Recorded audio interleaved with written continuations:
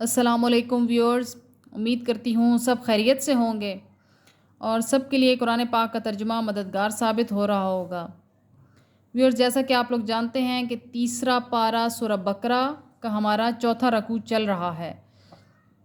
جس کے ہم 2 حصے پڑھ چکے ہیں۔ آج ہم اس کو انشاءاللہ العزیز تیسرے حصہ میں مکمل کر دیں گے۔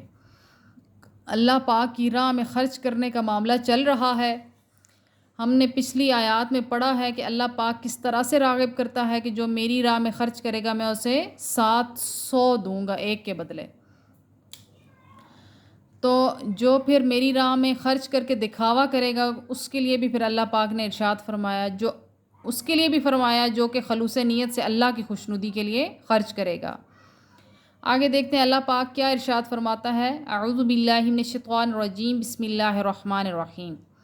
وَمَثَلُ الَّذِينَ، اور مثال ان کی جو ينفقون خرچ کرتے ہیں، اموالہم اپنے مال، ابتغاء حاصل کرنے کے لیے، مرضات اللہ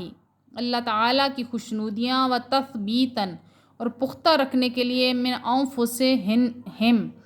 اپنے دل سے، کمثلی جیسی مثال، جنتم بربوتن ایک بلند زمین باغ کی ہے، اصحابہا برسا ہو اس پر، وابل زور کا می، فآتت تو لایا ہو وہ، اکلہا اپنا پھل، ضعفین دگنا، فإن لم یصبھا اور اگر نہ برسے اس پر، وابل بارش، فطل تو شبنم، واللہ اور اللہ تعالیٰ، بما ساتھ جو، تعملون تم کر رہے ہو، بصیر سب دیکھ رہا ہے۔ اب اس میں اللہ پاک نے ان کی مثال دی ہے جو خلوص نیت سے اللہ کی راہ میں خرچ کرتے ہیں، جیسا کہ غزوہ تبوک کے موقع پر حضرت عثمان غنی رضی اللہ تعالی عنہ نے 1000 دینار لا کر حضور صلی اللہ علیہ وسلم کی جھولی میں ڈال دیے، اور حضور صلی اللہ علیہ وسلم نے حضرت عثمان غنی کے لیے دعا کی کہ اے اللہ، عثمان غنی کی اس قربانی کو کبھی فراموش نہ کرنا، اور اے عثمان، آج کے بعد تو جو بھی عمل کرے گا تجھے کوئی عمل نقصان نہیں پہنچا سکتا۔ قربان جائیں حضور صلی اللہ علیہ وسلم پر، اور رشک ہے ایسے صحابہ پر جن کو اللہ نے اتنی توفیق عطا فرمائی ہے۔ اللہ پاک ہمیں بھی اس کا کچھ حصہ عطا فرما دے۔ ایودو کیا پسند کرتا ہے، احدکم تم میں سے کوئی، آن تکونا کہ ہو، لہو اس کا، جنتن باغ، من نخیل کھجوروں کا، و اعناب اور انگوروں کا، تجری بہتی ہوں، من تحتہا اس کے نیچے، الانہار و نہریں، لہو اس کے لیے، فیہا اس میں، من کل ثمرات ہر قسم کے پھل ہوں، واصحابہ اور آلیہ اسے، الکبر و بڑھاپے نے، ولہو اور اس کی، ذریۃ اولاد، ضعفاء کمزور ہو، واصحابہ اور پہنچے اسے باغ، اصغاراً بگولا، فیہ جس میں، نار آگ ہو، فاحترقت پھر وہ باغ جل بھن جائے، کذالک ایسے ہی، یبین کھول کر بیان کرتا ہے اللہ تعالیٰ، لکم الآیات تمہارے لیے آیتیں، لعلکم تاکہ تم، تتفکرون غور و فکر کرو۔ اب جیسے اللہ پاک نے پچھلی آیت میں ارشاد فرمایا کہ جو اللہ کی راہ میں خلوص نیت سے خرچ کرتے ہیں تو ان کی مثال ایک اونچی زرخیز زمین کی سی ہے کہ جس پر بارش برستی ہے، اور اگر انسان اس میں بیج بوتا ہے تو اس کا دگنا پھل اس کو ملتا ہے، اور اگر بارش نہ بھی برسے تو صرف شبنم سے ہی اس کی فصل بہت اچھی ہو جاتی ہے۔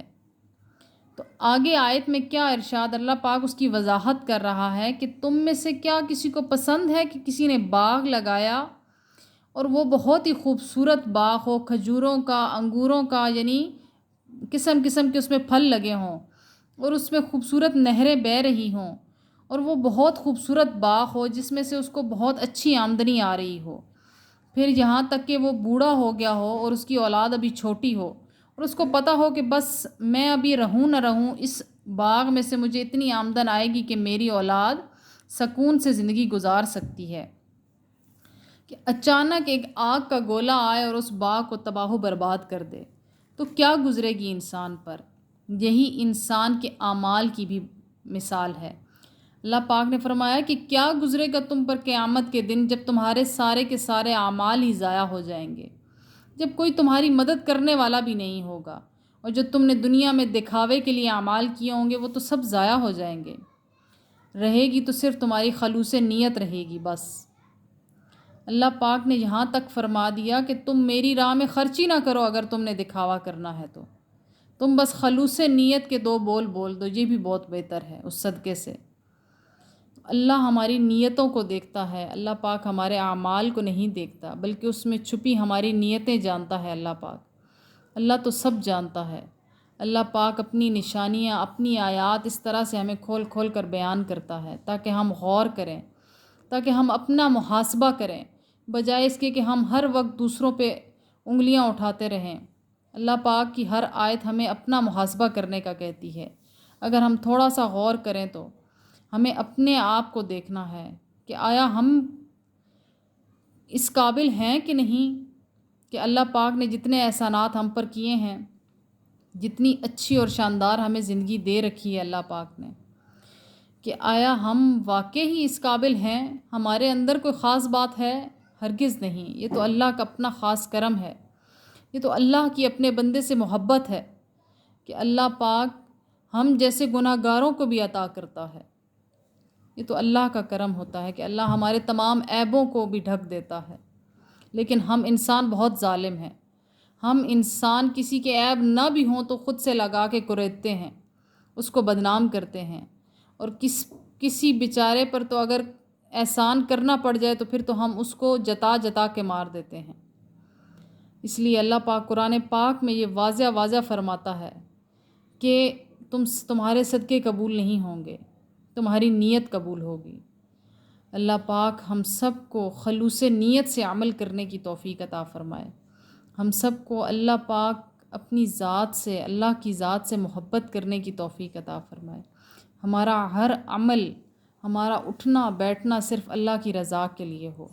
اللہ کے حبیب صلی اللہ علیہ وسلم سے محبت کرنے کی توفیق عطا فرمائے جتنی کہ اللہ کے حبیب نے اپنی امت سے محبت کی ہے۔ اللہ پاک ہمیں بھی کچھ تو اس کا عطا کرے کہ بروز قیامت ہم اپنے نبی صلی اللہ علیہ وسلم کی بارگاہ میں شرمندہ نہ ہو سکیں۔ یا الہی ہم سب پہ کرم فرما دے، ہماری نیتوں کو خلوص عطا فرما اور ہمارے اعمال کو خالص بنا دے۔ وآخر دعوانا الحمد للہ رب العالمین۔